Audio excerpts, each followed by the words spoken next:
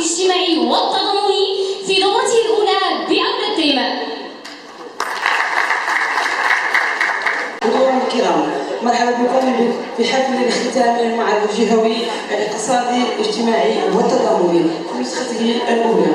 بداية أتقدم ببذل الشكر لكل من ساعدنا في إخراج وإنجاح النسخة الأولى من هذا المعرض من أجل تمثيل منتجات مجالية بالمنطقة ودفع العجلة الاقتصادية والتعريف بمقاولات الهوائية والجهوية الصغرى والمتوسطة، وإعطاء سكان المدينة متنفس في أيام العيد الأضحى المبارك.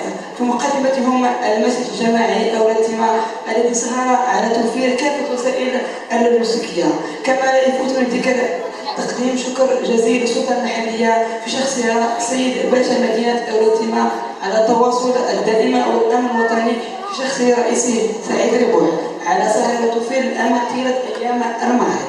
وحتى لا أنسى اللجنة المنظمة التي تحمل خيرة شباب المدينة، وأيضا الصحافة المحلية على تغطيتها طيلة هذا الحفل المتميز، وشكرا لكم جميعا.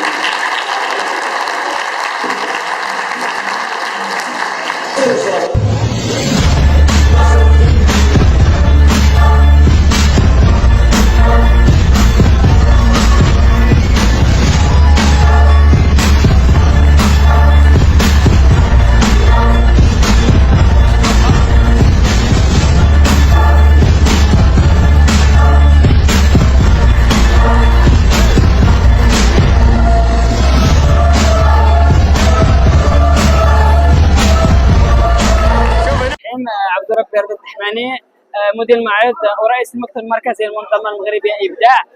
اليوم كنحضروا في الحفل الختامي ديال هذا المركب الثقافي ديال هذا المعرض الجهوي الاقتصادي والتضامني في نسخته الاولى. المعرض كان المده ديالو من 19 الى 25 يونيو. عرفت يعني المشاركه ديال الفرق من جميع ربوع المملكه، من ازيرال، من بني ملال، من مكناس.